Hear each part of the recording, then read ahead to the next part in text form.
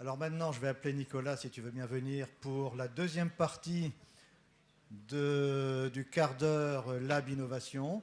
Donc pour ceux qui n'étaient pas là ce matin, je rappelle que L3I de l'Université de La Rochelle, qui est partenaire, qui fait partie d'Ifutura, donc va nous présenter un deuxième projet de recherche, qui est le projet européen New Ice. Alors je te laisse, tu as besoin de ça, je suppose. Ouais. Tout d'abord, merci pour cet échange intéressant. Moi, je vais, du coup, la transition est toute faite parce que je vais vous présenter le projet NewsEye. Donc, un projet dans lequel on va faire notre cœur de métier, c'est-à-dire développer des outils, principalement, enfin, pas principalement, mais dont une bonne partie sont des outils d'intelligence artificielle, justement, appliqués à la recherche, vous allez voir, dans des corpus de journaux anciens. Donc c'est un projet, le projet NewsEye, donc pour Digital Investigator for Historical Newspaper. Donc désolé, hein, les slides sont en anglais. C'est mon collègue Antoine Doucet que je remercie, qui a apporté ce projet-là, qui a construit ce projet-là, projet européen qui est intéressant. On a répondu à cet appel, à un appel à projet qui est pas informatique, mais au contraire plutôt orienté sciences humaines et sociales, SHS. On a co-construit le projet avec des partenaires, des historiens, des linguistes, des journalistes, des bibliothécaires, etc., et des informaticiens, bien sûr. Et bon, pour vous donner une idée de l'évaluation, voilà, 3 projets acceptés sur 139 en 2017, donc on était plutôt contents. Le projet, donc un beau financement, et vous voyez surtout ici qu'on partage ce projet sur 4 États, enfin 4 pays, qui concernent 5 langues, et donc 3 types de partenaires, des librairies. DH et Digital Humanities, c'est des gens qui travaillent dans les humanités numériques, donc à cheval entre le numérique et l'utilisation, les SHS, on va dire en général, et donc des chercheurs en informatique. La motivation, c'était de dire aujourd'hui, je pense que vous connaissez principalement tous, ou je vous encourage à découvrir Gallica, qui est la plateforme numérique de la BNF, de la Bibliothèque nationale de France. Notamment, ils proposent une liste d'anciens journaux numérisés, qui sont numérisés. Bien sûr, chaque bibliothèque nationale de tous les pays européens ont des collections équivalentes. Aujourd'hui, on arrive à des dizaines de millions de pages qui sont numérisées, qui sont stockées sur des serveurs un peu partout en Europe, et qui sont utilisés plus ou moins bien. Quand je dis plus ou moins bien, c'est-à-dire qu'on n'a pas forcément les bons outils pour exploiter, ou en tout cas les gens, les historiens, les linguistes, encore une fois, les journalistes, etc., n'ont pas forcément les bons outils pour aller chercher l'information qu'ils ont besoin dans ces pages numérisées. D'accord ? Donc, ça fait partie des observations. L'accès à l'information est compliqué. La qualité des outils n'est pas forcément adéquate, mais aussi la qualité des sources. D'accord ? Certains documents ont été numérisés il y a 20 ans, 15 ans. On a appliqué le glossaire à l'époque, donc la reconnaissance de caractère à l'époque, qui n'était pas parfaite. D'accord ? Mais aujourd'hui, ça coûterait très cher, par exemple, de la refaire. Donc, comment est-ce qu'on traite ces masses de documents qui existent aujourd'hui et bien sûr qui ne sont pas du tout exploitables autrement que automatiquement. D'accord ? On va pas, c'est inenvisageable de pouvoir recruter, je ne sais pas, des milliers de personnes pour aller chercher une information dont on aurait besoin dans ces documents-là. Surtout quand on se place dans un contexte multilangue et des fois multiculturel, dans le sens où on travaille avec plusieurs pays à des époques différentes. Donc l'ambition du projet, c'est vraiment de faciliter l'accès à ces collections-là, en réduisant le bruit, en améliorant l'OCR, c'est une des premières étapes, en améliorant la structuration des articles, c'est-à-dire que des fois, on a un début d'article qui est sur la première page et qui renvoie à la suite de l'article qui est 3-4 pages après. D'enrichir le contenu de ces pages juste numérisées en apportant des informations complémentaires et de créer surtout des outils qui sont pas dépendants à la langue. Donc l'idée c'est vraiment d'avoir un impact fort sur les utilisateurs de ces bibliothèques-là, donc qui sont encore une fois nos partenaires qui travaillent dans les sciences sociales. Le dataset, donc en discussion avec ces partenaires-là, on a visé une période de 1850 à 1950. Ça représente environ 15 millions de pages, donc vraiment un volume qui ne peut pas être traité de façon manuelle. Et on a imaginé le projet pour pouvoir construire des process ou des outils qui soient forcément extensibles à d'autres collections. D'accord ? Donc pouvoir ajouter des datas, une indépendance aux langues, si une bibliothèque nationale croate, espagnole veut venir s'ajouter au projet, ce serait possible. Et imaginez l'extension des logiciels que nous allons créer. Donc voilà comment s'articule le projet. Je ne sais pas si ça présente un intérêt fort, mais grosso modo, on a dessiné des work packages pour avoir d'un côté la préparation des données, qui est la spécialité plutôt des bibliothécaires, le développement des outils, qui est ça pour le coup ma partie, je suis laboratoire d'informatique, donc c'est à moi de créer les outils pour aider les utilisateurs finaux à rechercher de l'information ou essayer d'enrichir des collections, des choses comme ça. Avec le développement d'un démonstrateur au final et surtout d'un assistant personnel pour aider encore une fois les historiens, tous les SHS, les gens travaillant dans les SHS, à retrouver l'information qu'ils désirent. L'organisation, on a essayé de construire le projet de façon itérative. C'est-à-dire que, en gros, tous les 6 mois, on se voit et on dit, voilà, tous les partenaires présentent leur nouvelle version des outils. On a 3 partenaires chercheurs en informatique qui disent, voilà la présentation de nos outils. On les a poussés sur la plateforme. Maintenant, à vous, utilisateurs, de les tester et de nous faire les retours. On essaye comme ça d'avoir un échange permanent, ce qui évite justement de pouvoir de développer un peu dans son coin et finalement développer des outils qui sont soit inadéquats, soit inutilisables en fait par l'utilisateur final. Donc pour les partenaires côté SHS, côté Digital Humanities, c'est toujours intéressant d'avoir, en plus de s'impliquer dans la construction de ces outils, et c'est vraiment un échange permanent de dire « Ah bah oui, ça on n'avait pas imaginé qu'on puisse faire ça », ou qu'un algorithme puisse anticiper une demande ou la compléter, etc. Vous savez tous, vous utilisez tous Google, vous commencez à taper une requête, et tout de suite, il y a des suggestions qui apparaissent, et vous dites souvent, enfin moi ça m'arrive, dire « Ah bah oui, tiens, j'avais pas pensé à rajouter tel mot-clé, ou à préciser la requête telle qu'il me la propose », et ben là c'est un peu ce qu'on essaye de faire, mais appliqué en fait au cas d'usage des journaux anciens.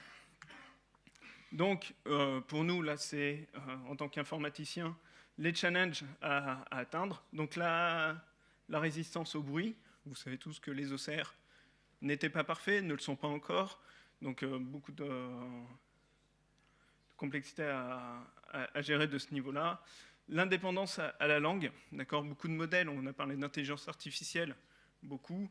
Vous savez que plutôt d'intelligence artificielle, on peut parler d'apprentissage, ce qu'on appelle l'intelligence faible, d'accord ? On donne des données à un algorithme qui va apprendre et qui va construire un modèle et qui va pouvoir répéter à l'infini la requête. Et le problème, c'est que ces modèles-là sont souvent dépendants des langues, et là, on essaye de universaliser un peu les modèles pour justement rendre la langue, l'indépendance à la langue. Les objectifs, c'est donc la reconnaissance des entités nommées, reconnaître des noms, des lieux, des organisations dans les documents, dans les journaux, faire le lien avec des informations externes. Je ne sais pas, dans un document, le président Eisenhower, le président des USA, Monsieur Eisenhower, tout ça représente la même personne et on va réunir, on va pointer en tout cas vers une même fiche, par exemple Wikipédia, d'accord, qui regroupe l'entièreté des informations concernant Eisenhower. L'expression de sentiment par rapport à ces entités nommées, est-ce que dans l'article de journal, on a le président des USA est plutôt perçu de manière positive, négative, d'accord, pour donner un peu un sentiment sur l'appréciation de l'entité nommée dans le contexte de l'article. La détection de nouvel événement, est-ce que le contenu de l'article parle d'un événement qui a déjà été traité auparavant ou alors que c'est plutôt quelque chose d'émergent? Par exemple, la crise de 29, à partir de quand les informations sur la crise de 29 ont-elles filtré à travers la presse ancienne, et tout un tas d'outils pour la requête et l'accès en fait libre des informations qui sont contenues dans ces 15 millions de pages numérisées. L'idée donc, c'est vraiment de créer une base de connaissances à noter qui sera au cœur du système du projet Newseye et de créer les outils d'accès et de recherche qui y sont liés.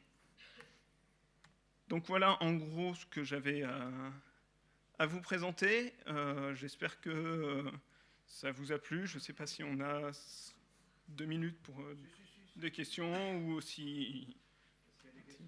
Est-ce que des entreprises sont intéressées à récupérer ce projet? Non, alors, les entreprises directement, non, parce que c'est un projet qui est financé par l'Europe. Par contre, les outils, on peut, oui, bien sûr, envisager des collaborations. Nous, on est ouvert à toutes les collaborations possibles, imaginables.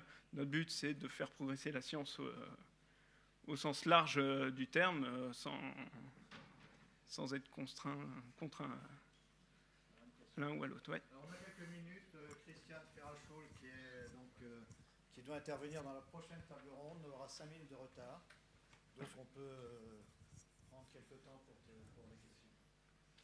Oui, bonjour. Gérald Hermouy, GAP.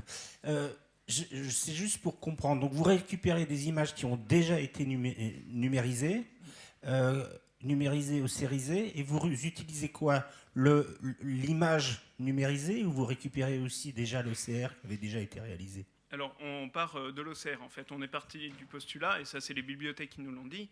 L'OCRisation coûte cher, d'accord? Quand on part sur 15 millions de pages qui ont déjà été OCRisées, même si la qualité de l'OCR n'est pas bonne, il est inenvisageable de repasser un OCR sur toutes les pages.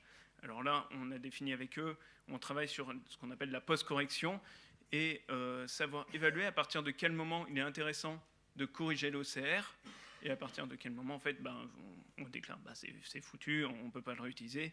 Ces pages-là, on va les re-OCRiser avec des OCR spécifiques. Mais une grande partie du travail part en fait des données textuelles, plutôt textuelles, des pages qui est extraite, et on travaille dessus directement. Pas d'autres questions? Si. Oui, bonjour, Pierre Picard. Il y a 20 ans, j'avais monté une entreprise de traduction et on se disait on en a pour notre vie parce qu'avant qu'Internet fasse de la traduction, propose des solutions de traduction. Ce jour-là n'est pas arrivé. Vous nous dites que vous allez, alors qu'on est aujourd'hui, il y a des outils qui existent, qui ne sont pas parfaits mais qui existent, et vous nous dites aujourd'hui que vous allez sauter le barrage de la langue sur des documents multilingues. Donc qu'est-ce que vous entendez par là? Alors, c'est pas justement, on veut développer des outils qui soient utilisables dans toutes les langues sans utiliser la traduction.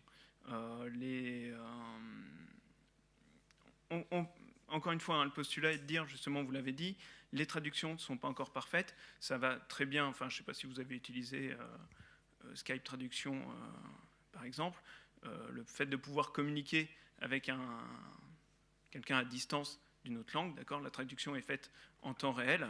C'est vraiment impressionnant, ça marche bien parce qu'on est capable, nous, de corriger les défauts de traduction que peut avoir Google Traduction ou Microsoft, ou je ne fais pas de pub pour eux, hein, mais n'importe qui. Là, les documents dont on parle, hein, les journaux, ce sont des documents plutôt précis, d'accord, dont la sémantique attachée derrière est vraiment liée à la langue. Donc faire de la traduction, c'est pas possible. Donc l'idée, c'est plutôt d'avoir des outils, je ne sais pas, d'extraction d'entités nommées, par exemple, pour citer ça, qui fonctionnent à la fois sur du français, de la même manière sur du français, sur de l'allemand, sur du finnois et sur de l'anglais, et être sûr qu'un événement, je reprends la crise de 29, soit détecté de la même manière dans l'ensemble de la collection, peu importe la langue. Je ne sais pas si ça répond à votre question. Bien, ben merci. Merci à vous. Encore une autre question Encore dans une la salle. question, excusez-moi. Pardon. Oui, bonjour, Robert Monti, BD. Quelle différence faites-vous entre votre approche et les moteurs sémantiques plus classiques, type Cinequo, enfin là aussi sans faire de pub, Cinequo, Exalid ou d'autres moteurs qui attaquent, je dirais, justement la chaîne sémantique? Ouais. Le contenu, en fait, principalement,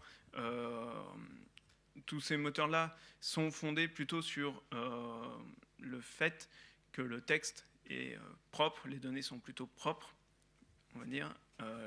Là, il faut prendre toutes les erreurs qui peuvent être induites par notamment l'OCR ou le bruit de numérisation ou les différences de langue. Hein.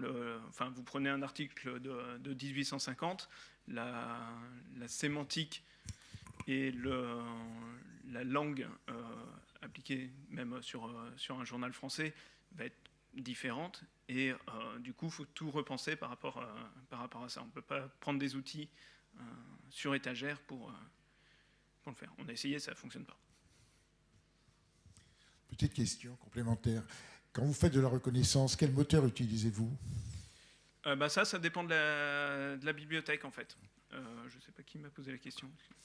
Parce que l'université de Rouen fait un peu la même chose que vous. Oui. Hein, et ils font relire leurs textes par des abonnés qui corrigent leurs erreurs d'OCR en quelque sorte. Oui. Et eux, ils utilisent un système russe avant tout. Hein, et, bon. Alors, ouais. On se connaît tous. Hein. Je connais très bien mes collègues de Rouen. J'ai fait ma thèse à Rouen. Effectivement, eux, ils se sont focalisés. Enfin, ils traitent aussi de la presse ancienne de Normandie, hein, principalement. Et ils développent leur propre moteur d'OCR, qui est très bien. Nous, encore une fois, on part sur les données qui sont déjà OCRisées. On part du postulat que le texte est déjà extrait et on va essayer d'exploiter les informations textuelles des documents. Donc ça, c'est vraiment... ce sont les bibliothèques en fait, nationales qui nous fournissent les documents déjà OCRisés.